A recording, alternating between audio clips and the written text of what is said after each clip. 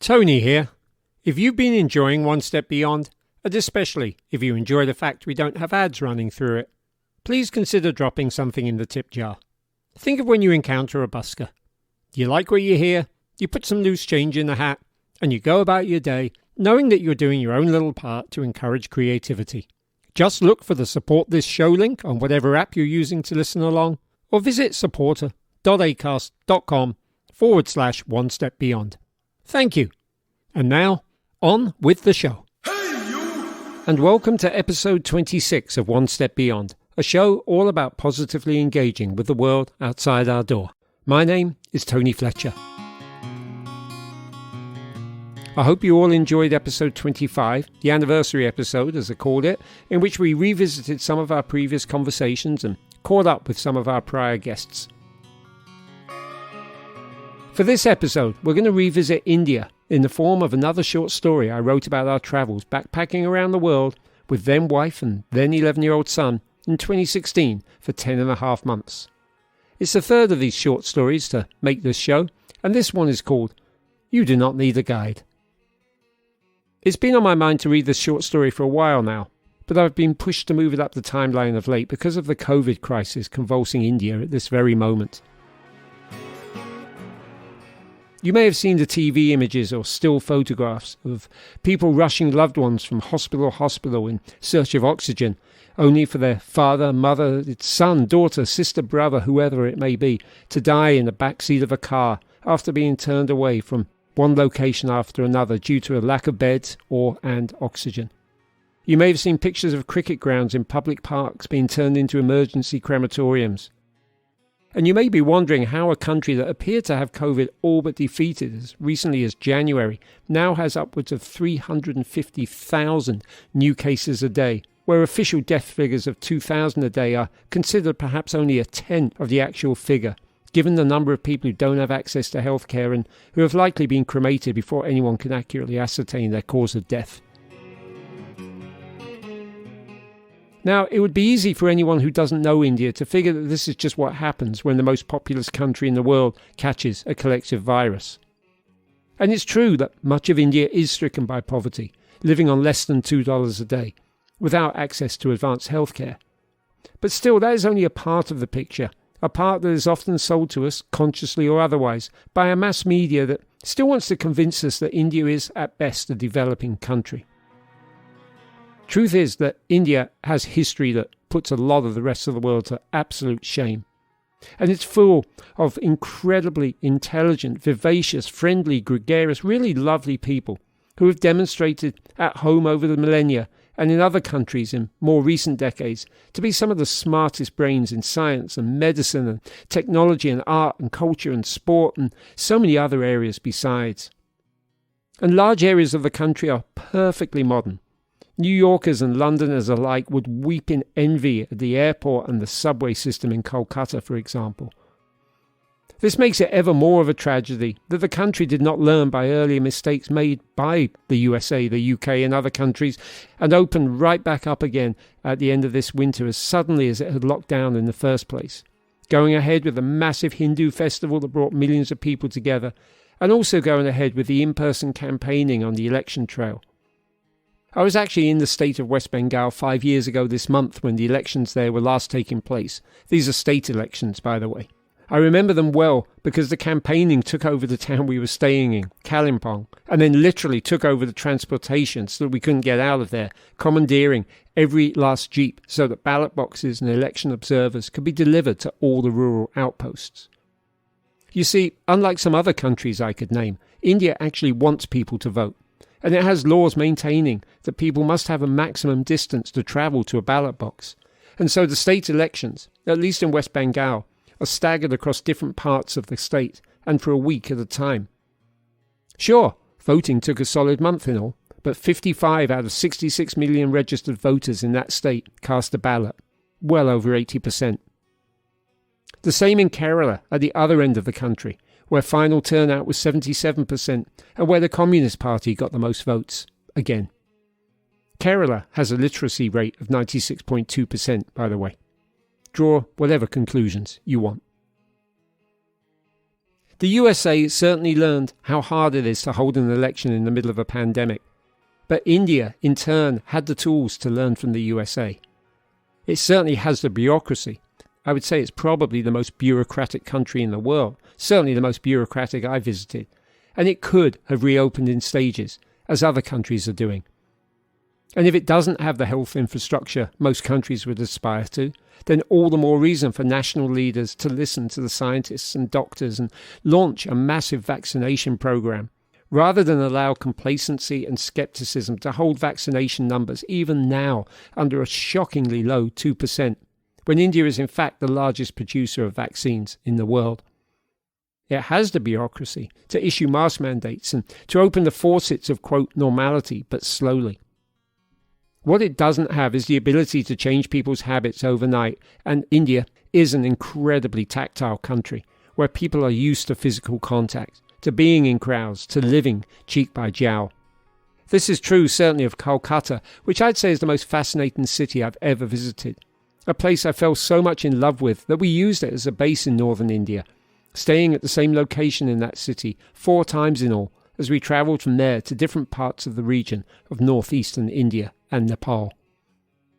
Kolkata has a remarkable, if not especially lengthy history, given that it was built by the British over a swamp as their original capital of empire. But like all of India, it has remarkable energy and a truly remarkable mixture of old, or oldish, I guess, and new. Quite a lot of that old was captured in photographs taken by Finn Reilly, a fellow Brit expat in the Woodstock area, who helped convince me to go there in the first place, and who then kindly hired me to write the introduction to the book of beautiful, mostly black and white photographs that he published a couple of years back. That book is called Kolkata Calcutta, which is the new and old spelling of the city's name, and it is, I guess, my one lasting, however minor, cultural contribution regarding the country thus far. This short story, then, is going to be the next, and it's set in an entirely different part of the country. It recounts just one of the many dozens of wonderful adventures I had in India, a country I really cannot wait to revisit, even as I will obviously have to. And I hope this story will serve to give you an insight into a different aspect of the country than that which you're often bombarded with in the news. I'll put links in the show notes to some of what you've heard me discuss so far and some of what I'm about to discuss in the story itself, and I will see you on the other side. So, lace up your hiking shoes and prepare to go on a journey with me as we venture. One step beyond!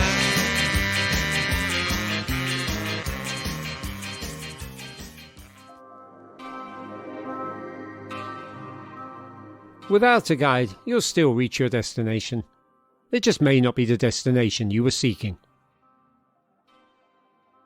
So says Suresh when I ask him whether we will need a guide for the trek to Mount Tadiandamol, a popular day hike from his Honey Valley homestay estate in the Korg Mountains of Karnataka. I should, perhaps, have known to expect such a Zen-like Confucius answer from him. This is, after all, the man who responded to my question over the phone a few days earlier as to whether we could pay by credit card for our stay, with the none too assuring assurance that, if the credit card machine works, my friend, it works. There is no disputing such logic, even if it is not the logic you are seeking. Tadiandamol is not much of an actual climb. At 5,735 feet or 1,750 metres above sea level, it's only 1,500 feet higher than Honey Valley itself. But it's several peaks further along the ridge, and after our frustrating time in Chefchaouen, Morocco, where we had failed to ascend Jebel el Kala despite the fact that the town was literally built into the peak's bosom, I tell Suresh to book us a guide regardless. And now it's 36 hours later, and as the mostly Indian inhabitants of the busy dining room settle into a typically robust southern Indian vegetarian breakfast of idlis, fruit, potatoes and samosas, I ask Suresh where I can find my man. "Oh, you do not need a guide," he says offhandedly, as if that was always the plan. "It will take away all the fun for you."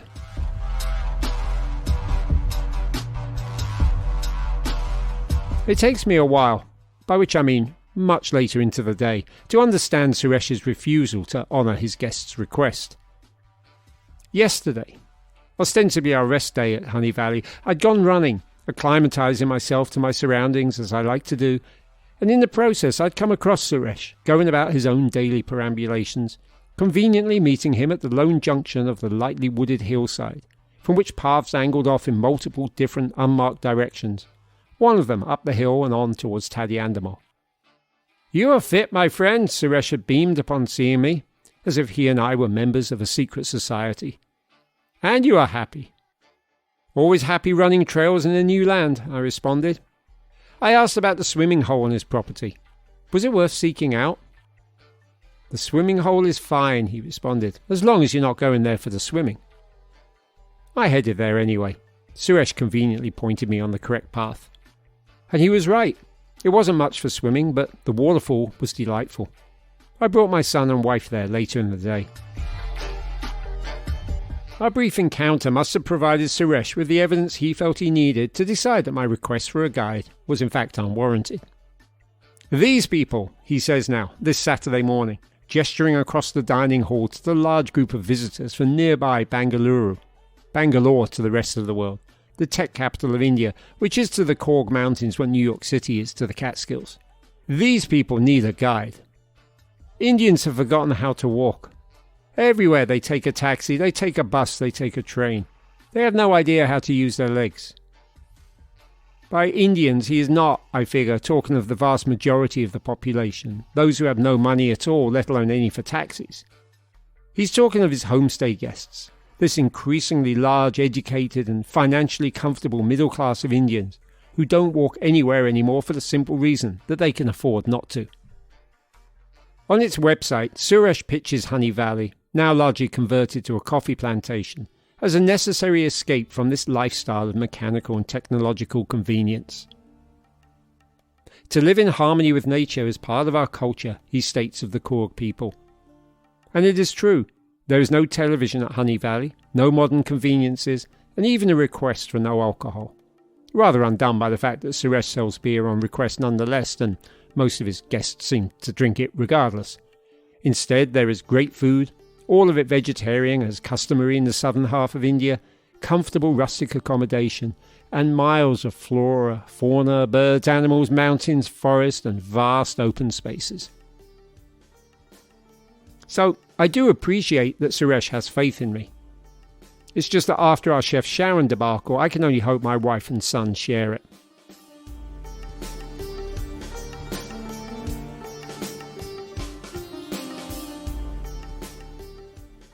There being no such thing as official trail maps, because there's no such thing as official trails out there either, I borrow a self-printed guide compiled by a former repeat guest.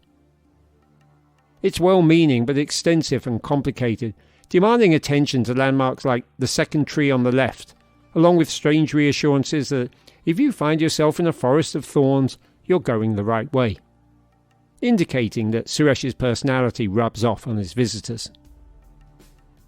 Suresh warns me that the dog-eared pamphlet is several years old and not desperately reliable to begin with, and so I have us set off at a comfortable distance behind a dozen or so Bangaloreans, their guide and the guide's dog. I figure we will simply follow in their footsteps. Suresh sets off with us, ostensibly to point us to the appropriate initial path, though I suspect he has sensed my intentions and is secretly plotting to delay us.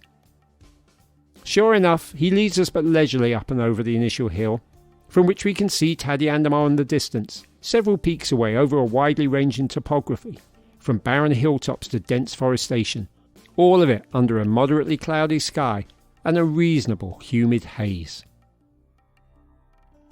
Suresh gets to talking about dinosaurs and how they once roamed this very land. "I am not going to argue whether God made the earth and all the animals," he says. Not that I'd suggested anything either way. But this I will say, man made religion.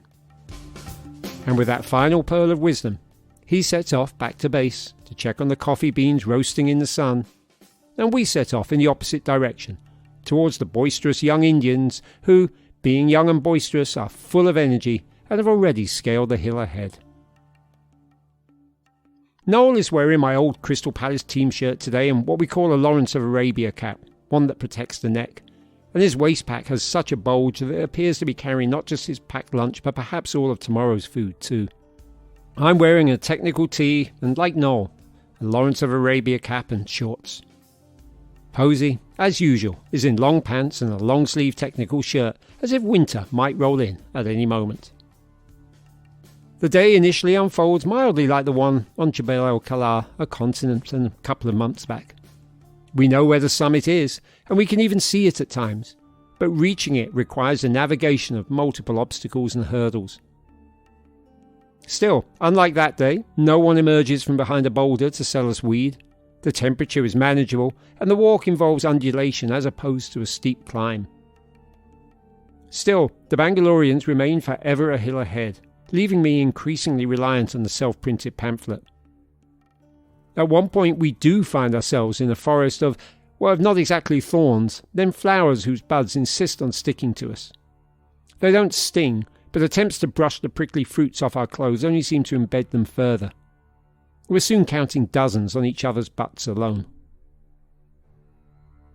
We soldier on good-naturedly until eventually we emerge from the forest of thorns and the view opens up before us. From here we can follow the ridge down into a valley, after which it's a straight shot up Tadiandamore itself.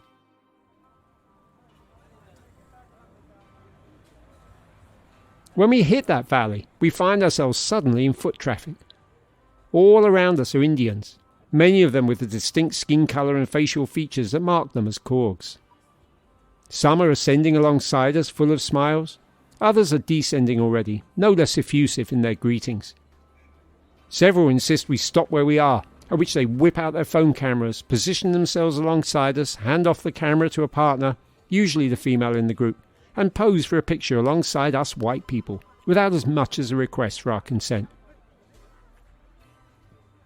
I learn now from exchanges in pidgin English that there's an official entrance to this climb further down the valley, accessible by road, and judging by the speed at which the locals are walking, it's not far away either. Only the hardy guests of Honey Valley, perhaps one might say only the foolhardy, opt for the unmarked trek across the multiple hills. But to this end it's much like the Catskills. One can take the straight shot up Overlook Mountain from the village of Woodstock, or one can reach Overlook Mountain from Black Clove, several peaks and considerably more miles away. There is no right or wrong, only your destination, perhaps even the one you are seeking. It's hard to know how many miles we hike, but several hours in the open air soon takes its toll. On the Bangaloreans, who are paying for their initial enthusiasm and slowing down accordingly, and on my wife too. She suggests we stop for lunch. I suggest we push on for what I figure to be the final hour and have our lunch atop of Tadiandamore instead. A victory picnic, if you like. She promptly suggests that I go on without her. Noel, red though his face may be from the exertion and the sun that has seeped through the haze, is equally game to continue. By unanimous vote, we leave his mother to a boiled egg lunch, and he and I march on. The final ascent takes us through a half mile or so of steep, dense forest, the first and last trail of the day that even vaguely reminds me of the Catskills. Along the way, we pick off one or two of the Bangaloreans. As the forest opens up once more to barren grassland, with loose dirt for footing, we then catch up with the bulk of them. I find myself drawn to and quickly engrossed in conversation with the group's de facto leader, a prematurely balding young man by the name of Rajid who exudes typical Indian familiarity and warmth, and unusual levels of fitness. He's the first Indian I've met to have run a marathon. There's one takes place every year in Delhi, and he did it last year. Wow, that must have been hot, I suggest. Oh yes, he replies, but, he adds with a smile, I was trained. This is more than can be said for the majority of his group who are huff and puff to keep up with him and their guide, and myself and Noel, as together we reach Tadiandamore's jagged summit, which protrudes upwards and outwards over the valley. The guide's dog walks to the very precipice, gazing into the distance as if Simba surveying his kingdom. Cell service being a given across India, photographs of him will be on multiple Instagram accounts within minutes. One by one, the other Bangaloreans emerged from the forest to join us. A rather attractive young lady amongst them looks at me with something less than bedroom eyes. "I passed your lovely wife just now. Why did you leave her behind?" Fortunately, before I have to answer, another pair of figures emerge, and I immediately recognise the gait of said wife, who is keeping company with one of the Bangalorean stragglers. When they reach the top, my other half looks by far the fresher of the pair. She is also by far the oldest woman on the peak. Suresh, it would seem, has proved his point. By and large, Indians have forgotten to walk. This might explain why our Bangalorean friends have a couple of jeeps booked to pick them up at the foot of the official path. They don't offer us a ride, and nor do we ask. Instead, Rashid and I pose for each other's cameras on the Tadiandamol summit. Then his group sets off at a suitably refreshed pace back down the hill, and my family's brood strolls more leisurely behind them. My pamphlet has a route home through the lowlands that it assures us is a shortcut. And if the pamphlet was not perfect in its guidance for the journey outwards, nor did it send us astray. So, we have a plan too. The clouds have pretty much consumed the sky by now, and although it's not uncomfortably hot, it is humid. As a result, we are pounding our way through our supplies. By the time we reach the entrance gate, Posey, if not Noel too, is thoroughly exhausted. She asks if we can scratch the shortcut back to Honey Valley and call for a vehicle instead. So I do. I reach Suresh's son, who runs the more upscale second hotel on the property, Chingara. He's the one that drove down by jeep to meet us when we arrived a couple of nights ago by bus. Another story all in itself. He informs me now, matter-of-factly, that all his jeeps are out for the time being. Maybe I should have reserved one earlier? I decide against taking his father's name in vain, and we meander down the hill, a further 2 miles of steep descent navigable only by jeep. We know as much because they are the only vehicles that come whizzing past us.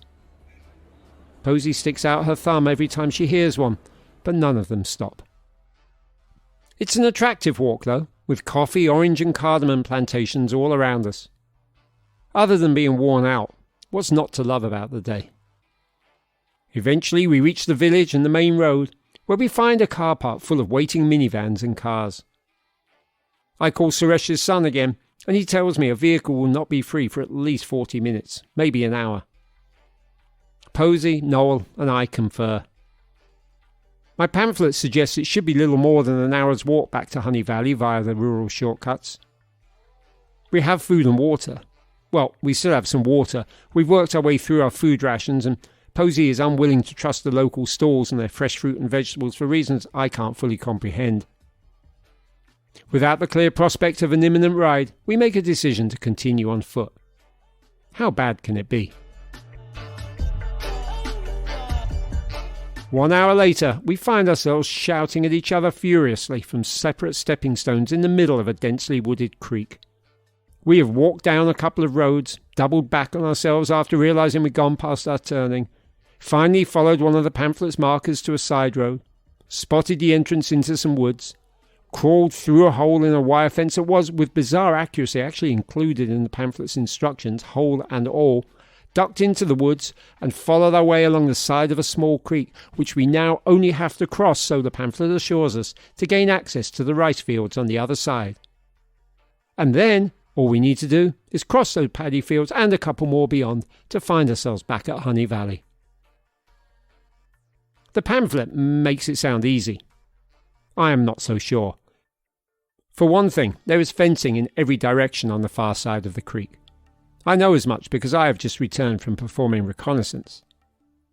For another, the very notion of walking across rice fields rather fills me with dread. And for extra measure, the day is only so long and we are well into its final quarter.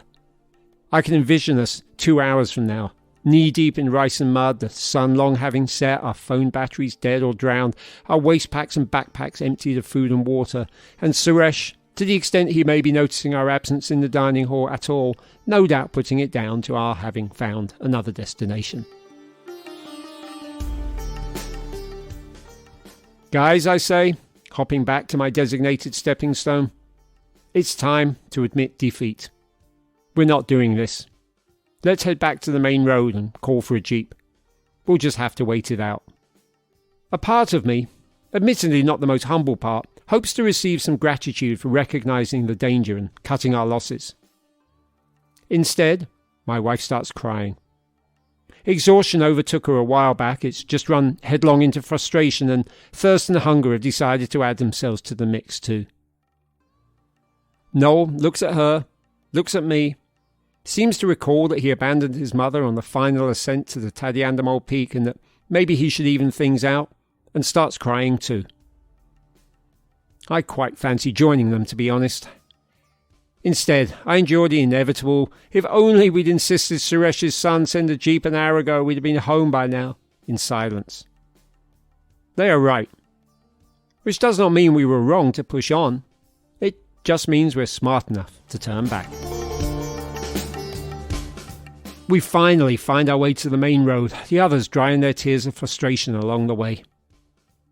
I call Suresh's son for a third time, tell him to send a vehicle the moment that he can, like yesterday, because my wife and son are about to kill me, and he tells me to wait by the entrance to the primary school at the village.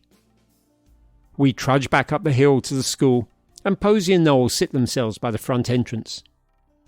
Figuring they may want to vent further out of my earshot, I wander the school grounds, taking photos as I do. A Kurg family is also exploring. When they see me, they appear utterly mesmerised, as if I am a wild and exotic animal that escaped a faraway zoo. One of the young men quickly lines me up alongside his family for a group photograph, and this time I insist on one with my camera too. We conduct our requests in sign language and native tongues. The photograph I'm handed back on my iPhone is delightful. On the left side are 3 young men in buttoned shirts and blue jeans. On the right side are 3 young women in colourful headdresses and gowns. Leaning against the women is a girl in white tunic, red pantaloons and sandals. She's too young for a compulsory headdress and her dark hair is parted on the right. Alongside her stands the smallest of the group, what I presume must be a young boy, more because he is conspicuously holding a baseball cap in his left hand than anything of gender indicated by cropped hair or traditional clothing. And then, in the middle of this large family group, standing over the tallest of them by a good couple of inches, is yours truly. His white skin, bald head, backpack, shorts and compression socks marking him every bit the alien of the Korg's initial fascination. Other than a seductive gaze perfected by one of the 2 young women, I am the only one smiling. You would never have guessed that it was they who requested the photo. Before we can comment further on each other's strange dress and habits in native tongues and sign language, Noel comes running into the schoolyard to tell me the car is here already. We find Suresh's son at the wheel. In the absence of other vehicles, and having taken my sense of urgency to heart apparently, he has driven out himself to collect us. It is, as I'd suspected, a considerable drive home. Even a dry, shaded, marked path across the middle of the rice fields would likely have taken a couple of hours. I have never been more glad to have quit something in my life. As the others cheer up, I feel a sense of satisfaction wash over me. We made it to the top of Tadiandamol, and we will make it home again. We are all in one piece, and we will all make our peace. Back at Honey Valley, Suresh is overseeing preparation of the evening buffet. He smiles when he sees us. "Ah, my friends," he beams, ignoring our sweaty faces, dirty clothes and general look of exhaustion. "What did I tell you? A guide would have taken away all the fun."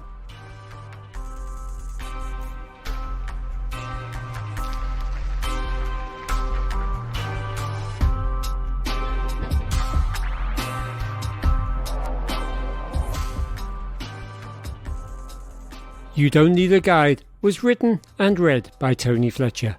You can find more of his work at tonyfletcher.net.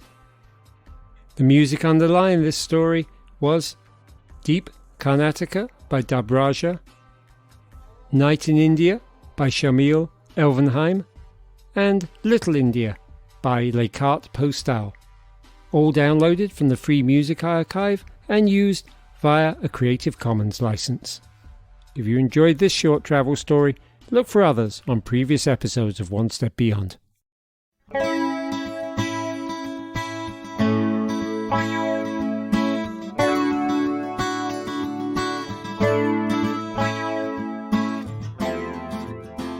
One Step Beyond is written, produced and narrated by Tony Fletcher. Incidental music is by Noel Fletcher, unless otherwise stated. The theme song is by Madness, used with permission, and the logo is by Mark Lerner. Special thanks to Radio Kingston for airing these episodes and for supplying studio space when not under lockdown. If you like what you hear, please consider throwing us a tip via the Support This Show button on your phone or by visiting supporter.acast.com/onestepbeyond lowercase. You can also hit the subscribe button and or leave a positive rating and or review. It all helps. One Step Beyond is on social media, mainly on Instagram.